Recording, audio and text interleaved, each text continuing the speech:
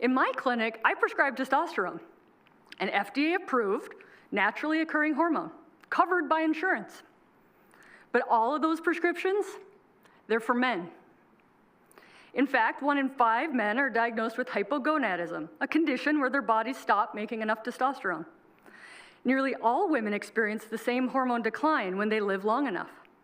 Men have more than a dozen FDA-approved formulations, but when a woman asks for the same hormone, I have to tell her, there's no FDA-approved dose for you.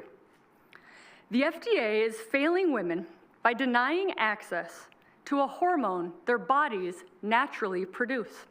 Meanwhile, male testosterone products were approved with just 6 months of safety data.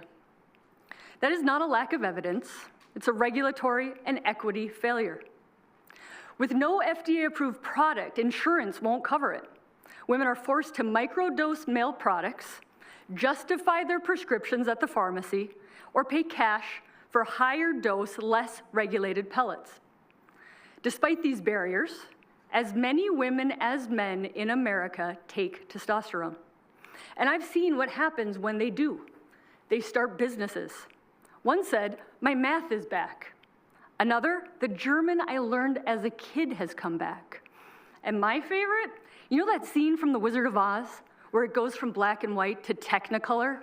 That's my brain on testosterone. Dementia is the 5th leading cause of death in women. An autopsy study showed that higher brain testosterone correlated with less dementia.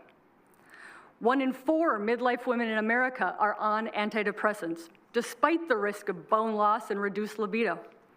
New data shows more women can come off their SSRIs by adding testosterone than by just using estrogen alone.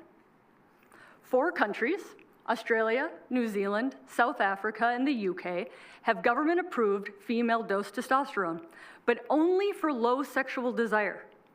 That forces women to justify treatment based upon sexual function, an already stigmatized issue that insurance often doesn't cover. With this current FDA, America will do better. Testosterone is the most abundant gonadal hormone in the body, and women deserve access. The science is solid, and the need is undeniable. Picture 108 million women, energized, focused, and ambitious, not in spite of their age, but because they are supported through it. That's the country that we want our children to grow up in, and it's time for the FDA to act.